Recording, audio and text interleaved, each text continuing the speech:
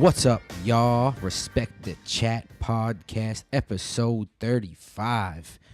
Really obscure number, right, though, 35?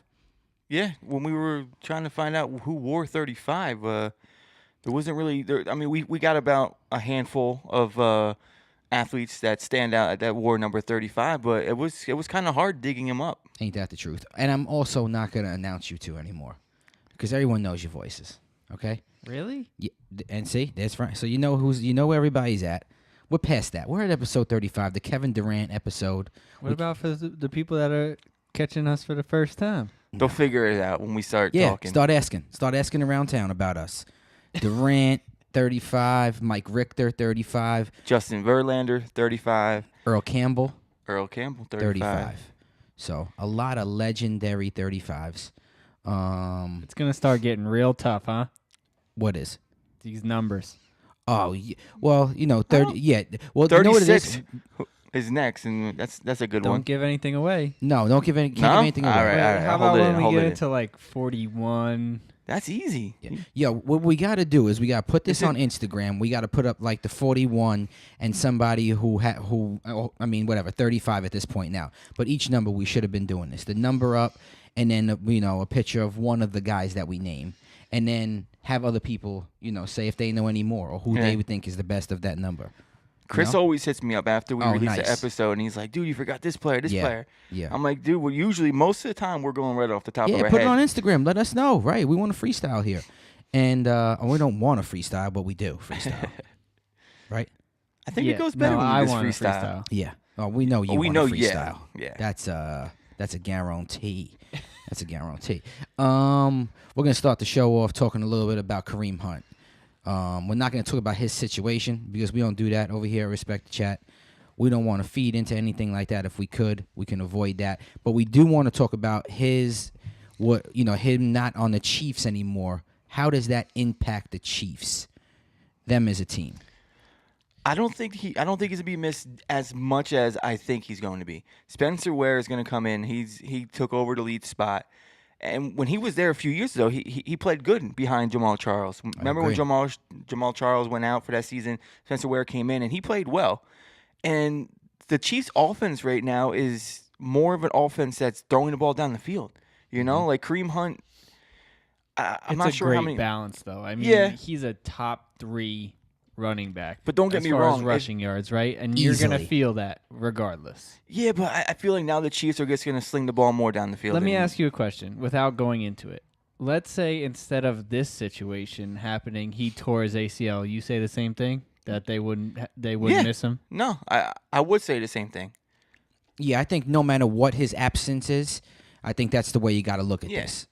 For me, let's take it back, right, for a second. Let's look at Kareem Hunt gets drafted last year.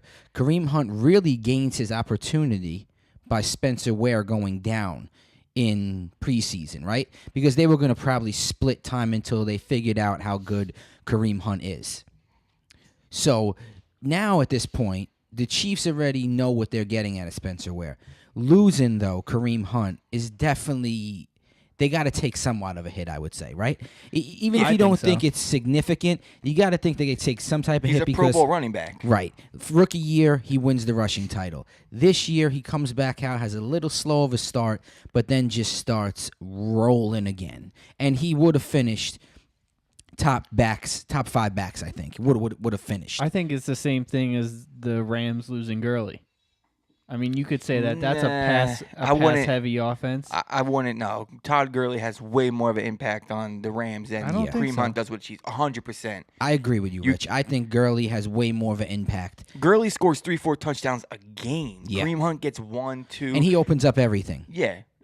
Gurley opens up everything. Yeah. The Chiefs are going to sling the ball no matter who's running the ball anyway, but Kareem Hunt does catch a lot of passes, and Kareem Hunt opens up a ton. I agree. I think they're going to take having him back there. Hit. That the ability he has rushing the football opens up stuff, even if you're not running it. But you can't sleep on Spencer Ware either. No, you can't. That's what that's my whole point. Like, it's not like this guy's a no-name guy coming in. He came in. He already filled in behind. He's not Kareem Hunt, though. He's not Kareem Hunt, he's not. But he could. But do you think that no matter who's back there, Let's look at it in the same way the Pittsburgh Steelers situation started the show itself, right? No matter who's back there, that line is good enough to support that guy because he's super talented, right? Everyone in the NFL is super talented. There's a majority of guys who stink, and then those guys are weeded out, and they don't play no more. I don't but think Spencer Ware could play. I don't think I will go that far though. Like whoever was in the backfield for the Chiefs, they would be productive. Like Connor is with the Steelers. Connor is way better than Spencer Ware. Agreed. Spencer Ware. But what I'm trying to relate this to is like system. Like Connor. That's what I'm saying. Connor has his ability is ridiculous. All these guys in the NFL, the ability is ridiculous. So you get this guy now, Spencer Ware, in a scheme that already is built for really anybody who's explosive. Better off for Kareem Hunt. Totally. But if you have a guy like Spencer Ware, you're not going to lose a ton. It's not going to bring down your organization. Right. No, because he's not like Zeke. Like if the Cowboys lost Zeke, you're going to really feel that. You can't run the same thing. Yeah. Your whole season's pretty much over. Mm-hmm. And Spencer, it's not that way, but you're going to feel it. He's a 100%. top 5 running back. I totally agree. And Spencer Ware could catch the ball out of the backfield and run the ball. Yeah. So you're getting the same type of running back Big as Spencer Kareem Ware, Hunt. Ware Just fan over here. I just don't Rich think is I just don't definitely think it's Kareem going to be Hunt. that big of an impact. Is or an isn't? A Spencer Ware fan.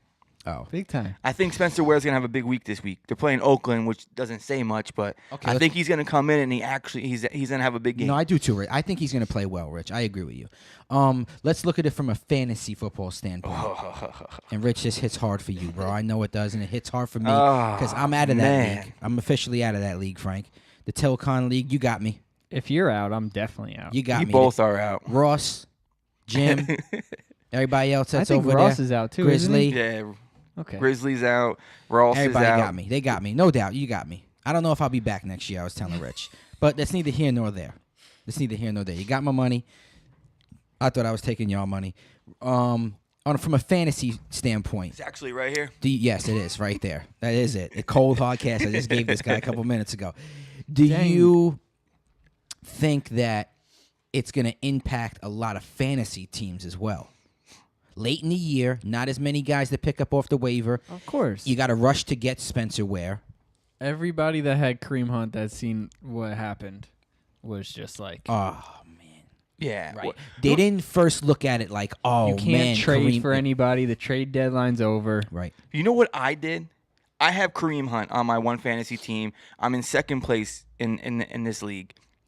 And stupid me, I send the text out in a group chat with other guys in the league. I said, hey, Kareem Hunt just got in trouble for the situation. You gotta pick up your guy first, The Rich. second I went to go to pick up the guy, a guy in a group chat already picked him up. And that guy's in first place. Rich, that happened I'm to like, you. Dang. That happened to you 2 times Why this did year. I didn't even think Yeah. of it. I was You like, can't- dang, this is big news. Let me release it. I'm like, Yeah. and then You ain't Adam Schefter, bro. Yeah. You know what I'm saying?